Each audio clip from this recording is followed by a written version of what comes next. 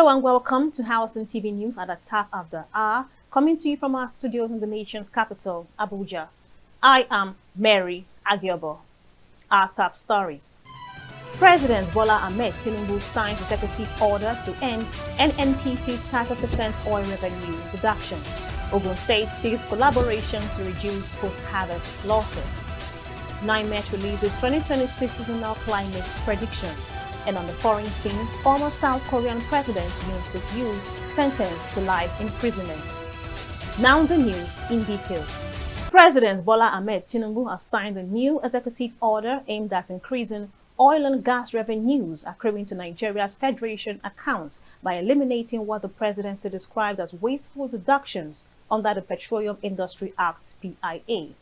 In a statement issued by the presidential spokesman Bayo Ononuga, the directive is anchored on Section 44, subsection 3 of the Constitution, which vests ownership and control of mineral resources in the federal government.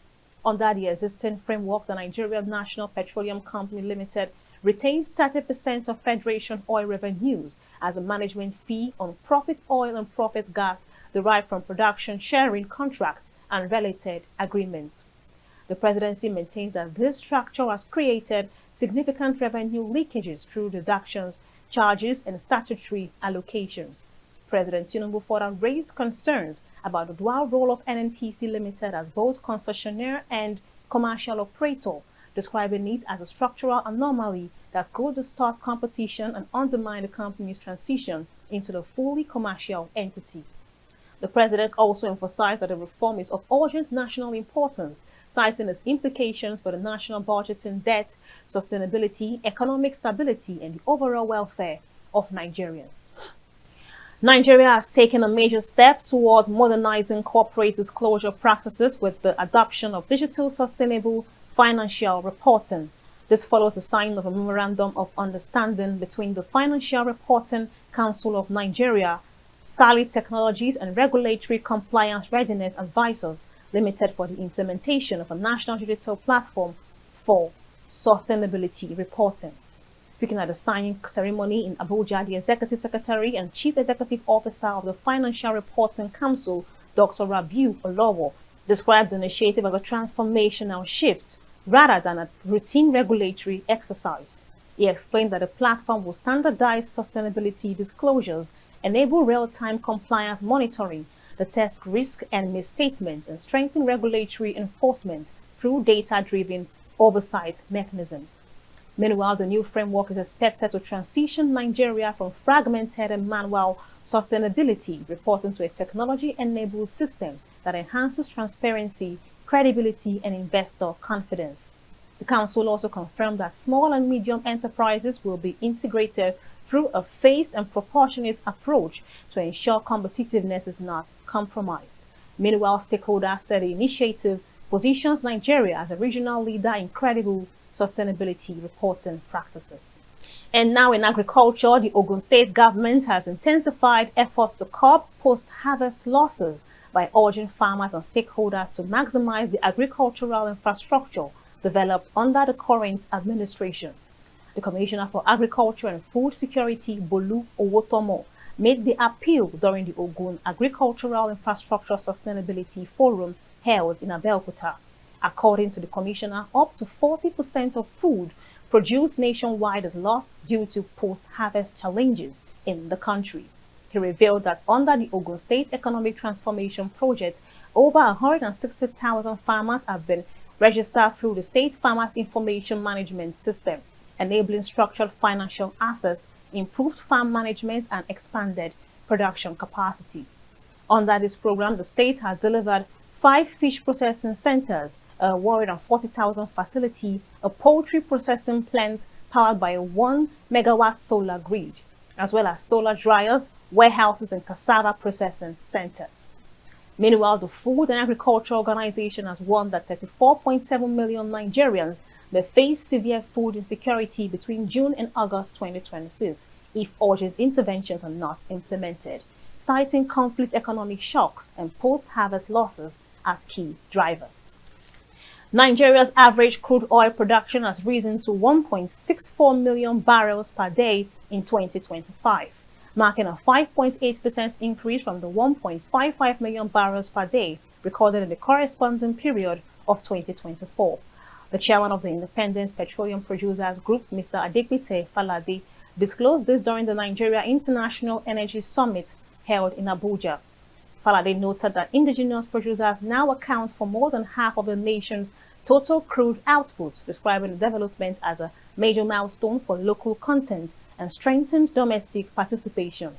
He attributed the improved performance to sustained reforms, enhanced investor confidence, and supportive policy frameworks under the current administration. While acknowledging progress across the upstream and midstream value chains, Falade stressed the need for deeper collaboration among operators, regulators, and investors to secure long-term growth, referencing the summit theme, Energy for Peace and Prosperity, Securing Our Shared Future. He underscored energy security as a critical pillar for economic development and regional stability across Africa. And tragedy has struck Ondo State following the killing of the traditional ruler of the Hahunga village in Akure North Local Government area. The monarch Oba Kehinde Jacob Faledu was reportedly attacked by suspected gunmen in what countries described as a foiled abduction attempt. A family source disclosed that the assailants stormed the palace at about 7:10 p.m. attempting to abduct the monarch during a struggle with his attackers.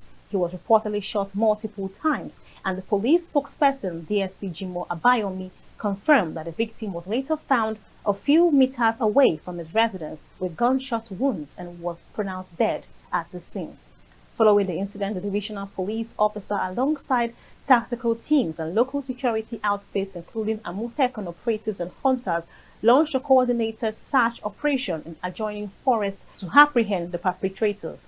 The police command has appealed to members of the public to provide credible and actionable information to assist ongoing investigations.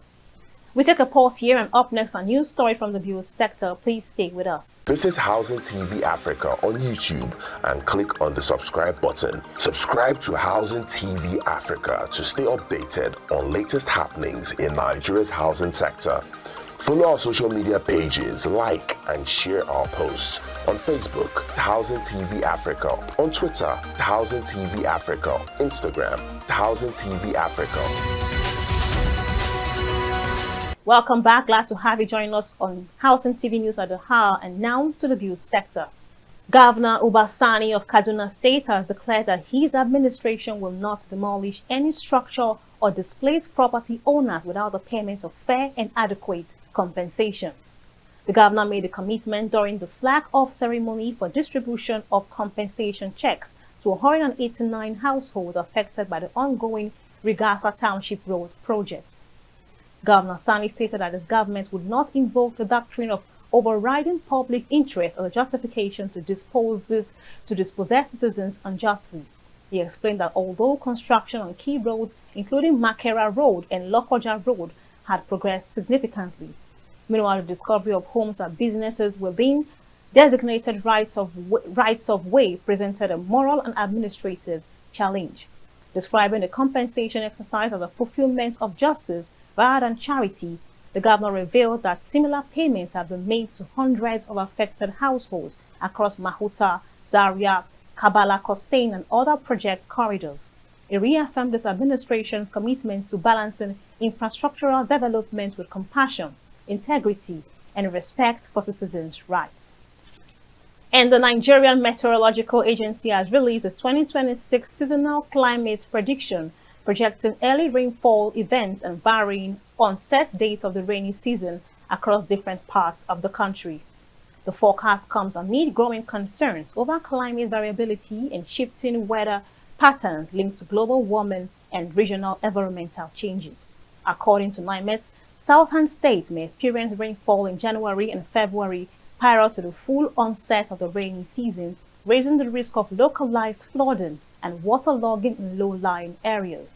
Earlier than normal onset is predicted for Bayelsa, Rivers, Benue, Kogi, and parts of several northern states, while Borno State is expected to witness a delayed onset. Meanwhile, the agency also projected the likelihood of severe dry spells lasting more than 15 days in parts of Oyo and Ogun states, after rainfall establishments, as well as moderate dry spells in several southern and central states. NIMET further reveals the forecast is designed to guide farmers, policymakers, and disaster management agencies in planning and mitigating climate-related risks. Finally, on the build sector, the Federal Mortgage Bank of Nigeria has marked 2 years of leadership under its managing director, Alhaji Shehu Usman Osidi, with a press conference highlighting achievements and unveiling a forward-looking roadmap. The event held at the bank's headquarters in Abuja showcased improvements in financial performance, operational efficiency, and mortgage accessibility. Osidi revealed that since assuming office in February 2024, the bank has strengthened partnerships with developers and provided a 100 billion naira off-taker guarantee to support housing delivery under the Renewed Hope agenda. He also disclosed plans for flexible payment options tailored to different income levels with priority consideration for essential workers such as teachers, healthcare professionals, and civil servants. Meanwhile, the bank outlined plans to expand the National Housing Fund, digitalize housing services, accelerate loan processing, and deepen public-private partnerships to address Nigeria's housing deficits. Staff and stakeholders commended the managing director's reforms, reaffirming the institution's commitment to making home ownership more affordable and accessible for Nigerians. And now to the foreign scene. A South Korean court has sentenced former President Yoon Suk Yeol to life imprisonment after finding him guilty of leading an insurrection following his controversial declaration of martial law in December 2024. The ruling marks a dramatic fall for the 65-year-old conservative leader, whose abrupt televised announcements at the time cited the need to eliminate what he described as anti-state forces within the National Assembly. Yoon's declaration triggered widespread political turmoil, culminating in his impeachment, arrest, and prosecution on multiple charges, including insurrection and obstruction of justice. As a result, the life sentence effectively ensures the former president will spend the remainder of his life behind bars. Thousands of supporters gathered outside the courthouse ahead of the verdict, holding placards bearing slogans in his defense and forming barricades near the premises. Despite the conviction, Yoon has maintained his innocence, insisting that his actions were intended to safeguard constitutional order and protect democratic freedoms. And finally, Peru's Congress has appointed former judge and lawmaker Jose Maria Balcazar as interim president, making him the country's ninth leader in just over a decade. Balcazar replaces outgoing leader Jose Heri, whose removal follows a series of political controversies, further underscoring the deep instability within Peru's system. The appointment comes just 3 days before Peru heads to poll on April 12 to elect a new president. Meanwhile, it was stated that if no candidate secures more than 50% of the vote, a runoff election will be held. The 83-year-old member of the left-wing Peru Liberal Party secured victory after closely contested votes in Congress, drawing criticism from some right-wing politicians. Meanwhile, his judicial past includes disciplinary proceedings during the tenure at Peru's Supreme Court, as well as controversies surrounding a stance on child marriage and investigations into alleged financial misconduct. However, his appointment reflects the broader political turbulence that has seen multiple impeachments, resignations, and corruption scandals shape Peru's leadership landscape in recent years. And that's the much you can take on Housing TV News at the top of the hour. Thank you so much for watching, but before we go, let's take a recap of our top stories. President Bola Ahmed Tinubu signs executive order to end NNPC's 30% oil revenue reduction. Ogun State seeks collaboration to reduce post-harvest losses. NIMET releases 2026 seasonal climate prediction. And on the foreign scene, former South Korean President Yoon Suk Yeol sentenced to life imprisonment. For more news in the housing sector, subscribe to Housing TV Africa on YouTube and follow Housing TV on all social media platforms. Download the Housing TV Africa mobile app on Google Play Store and Apple Store. I am Mary Agiobo. Bye for now.